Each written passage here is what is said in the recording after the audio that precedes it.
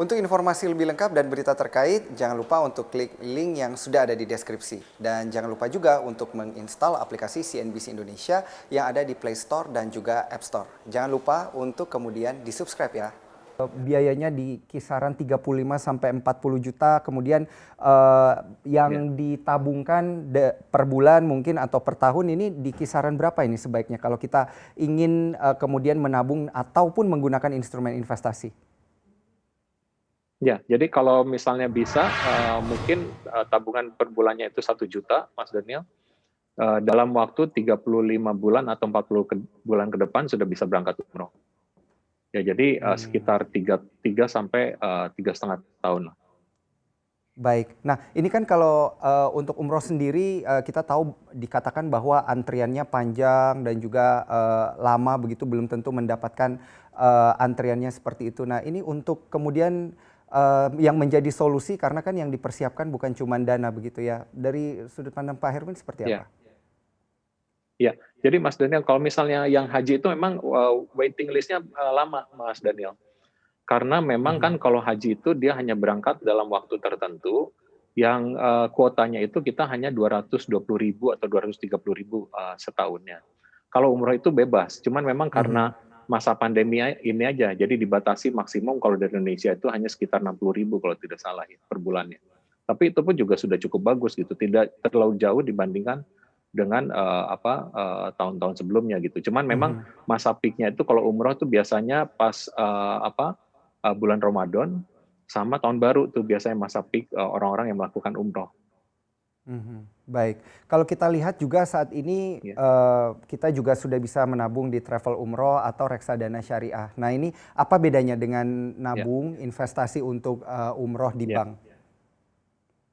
Oke. Nah, kalau dari simpelnya lebih mudah tentu di bank, Mas Daniel. Bahkan Mhm, sekarang udah ada bank yang bisa membuka rekening langsung dengan cara mendownload apps-nya, apps mobile banking-nya, tanpa mhm, nasabah tersebut perlu datang ke cabang atau melakukan video call, gitu ya. Jadi cukup buka download apps-nya, dia buka rekeningnya, pakai KTP-nya ya. Kemudian selama itu waktu kerja mungkin dalam 5-10 menit rekening tersebut bisa dibuka tuh. Nah, mhm. nanti nasabah tersebut bisa membuka rekening tabungan istilahnya, Mas Daniel. Nah, Baik. enaknya kalau misalnya buka tabungan di bank ya, dana tersebut tentu dijamin oleh LPS ya. Selain kemudahan tentu dananya dijamin oleh LPS. Nah, untuk kadang-kadang juga dari pihak bank itu suka memberikan nilai tambah, seperti misalnya ada yang memberikan free personal accident, ya seperti itu ada juga. Nah, kalau misalnya memang targetnya adalah ingin nilai investasinya bisa tumbuh lebih cepat lagi, opsi yang lainnya ada, yaitu melalui reksadana syariah atau melalui sukuk gitu. Memang Mhm. kalau dari lihat segi resikonya, sukuk itu yang mungkin yang lebih aman ya. Reksadana memang bukan reksadana aman tapi lebih fluktuatif aja, Mas Daniel. Mhm. Gitu. Nah, emas ini sebenarnya kalau untuk dari nilai apresiasi itu masih kurang gitu. Jadi masih cukup volatile tergantung dari nilai mata uang dolar itu sendiri, Mas. Jadi kalau mata uang dolar menguat, biasanya emasnya melemah gitu. Atau Mhm. kalau misalnya US dollarnya melemah, emasnya itu yang menguat justru. Nah itu jadi Mhm. terlalu volatile kalau untuk Baik. investasi untuk umroh ya.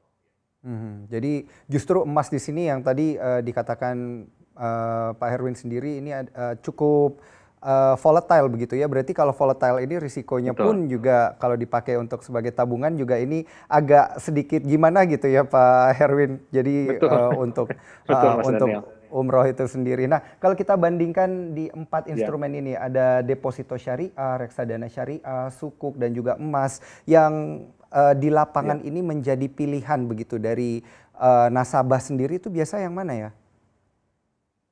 Biasanya dari urutan pertama itu deposito syariah, Mas Daniel. Mhm, Kemudian sekarang yang lagi banyak justru sukuk ya karena sukuk juga memberikan imbal hasil yang cukup tinggi ya. Yang ketiga tentu itu reksadana syariah. Karena mhm, reksadana syariah pun sekarang juga sudah ada reksadana pendapatan tetap RDPT. Nah itu juga mhm, untuk investasi jangka pendek itu cukup baik.